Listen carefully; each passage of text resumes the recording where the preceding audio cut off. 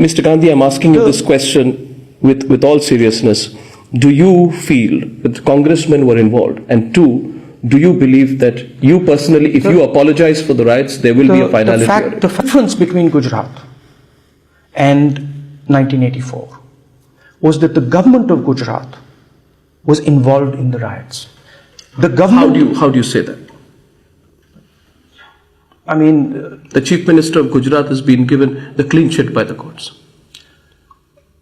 The difference between. Explain that. Government of Gujarat was aiding and abetting the riots, is what you just said. Explain that. I mean, it's not me. It's large numbers of people who were there. It's large numbers of people who saw actively the government of Gujarat being involved in the riots. And you keep that line despite the Chief Minister getting a clean sheet from the courts? I mean, people saw it. I'm not the person who saw it. Your colleagues saw it. Your colleagues told me. They saw riots. They didn't see the government of Gujarat. They saw the again, Mr. Gandhi, before you seek an apology from Modi, would you apologize for the 1984 riots? So, congressmen involved? Did innocent people die? Absolutely. Were congressmen involved?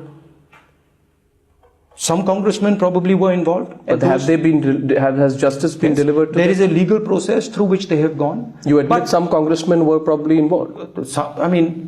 Some congressmen have been punished for it. In that case, why don't you apologize for the 1984 riots? No, that's where the meat of the issue is. But I don't hear that discussion. I don't hear the discussion about how are we actually choosing that candidate. That's never a discussion. Discussion is once everything is over. It's a discussion. I'm asking you, how are you choosing Ashok Chavan? That's a discussion I'm willing to have. How are you choosing Veerbhadra Singh? They're elected representatives. They hold clout. Absolutely. Does their clout make them oblivious to public accountability and scrutiny? No, their clout does not make them oblivious. But who is this? Do you agree with your Prime Minister when he says that? Well, I mean, what the Prime Minister is saying is a fact. I mean, Gujarat happened. People died. But the real issue, as far as I'm concerned. How do you accuse Mr. Narendra Modi of it? No. Gujarat happened, people died. The real issue at hand here. How is Mr. Modi responsible for it? He was Chief Minister when Gujarat happened. Well, the fact remains that Narendra Modi has been given a clean sheet in the Gulbarg massacre case by the SIT and the court, Mr. Gandhi. Specifically speaking, how is Narendra Modi? Your party criticized him for the 2002 Gujarat riots. How can you do that when he has been given a clean sheet in the Gulbarg massacre by the SIT and the court? It was challenged in the... That means there is a fear of loss. He's avoiding a direct one-on-one battle with Mr. Narendra Modi.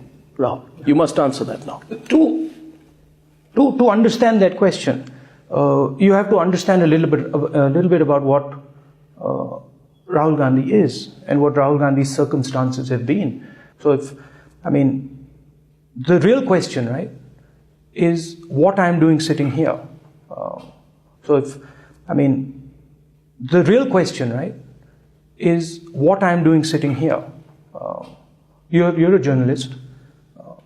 When you were small, you must have thought to yourself, I want to do something, right? You decided to become a journalist at some point. Why did you do that? Swami? Mm-hmm. I'm sure you know him. He raises all kinds of questions. Mm-hmm.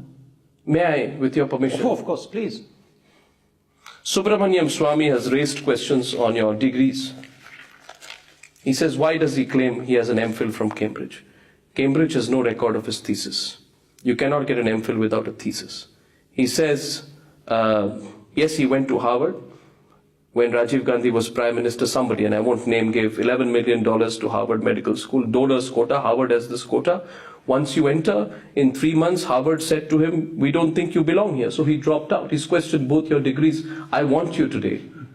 Were you in Cambridge? I was at Oxford. You at Oxford. But you spent some time at Cambridge? I was a visiting fellow at Cambridge for a while. Okay. So, where were you in Cambridge? At Sydney Sussex College. So I was at Trinity in Cambridge. I spent a year there, I did my MPhil there.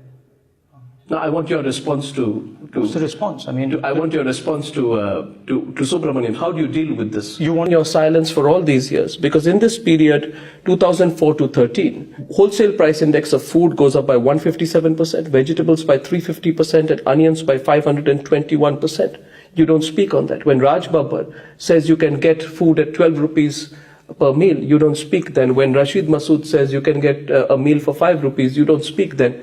The accusation there is, and the general feeling is, Mr. Rahul Gandhi, that you've really woken up on this issue after the 4-0 drubbing in the last state elections? You concede that? No. I think women are the backbone of this country.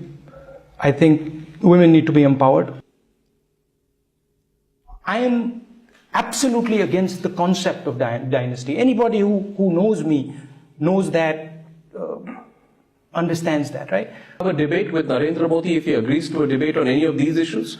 My question to you is direct. If Narendra Modi says, I'm willing to debate these issues, I'm debating these issues by building structure in the Congress party that's going to transform. Why should there not be a debate between the key political party candidates on all sides? Let them talk, have a conversation. You're more than welcome. You have to start that debate. As far as I'm concerned, the debate is taking place. I'm willing to start the debate. Are you ready for it? Then I can go and ask Mr. Modi if he's ready for it. You start the debate, but the real issue is doing this stuff. The real issue is doing this stuff in the party machine.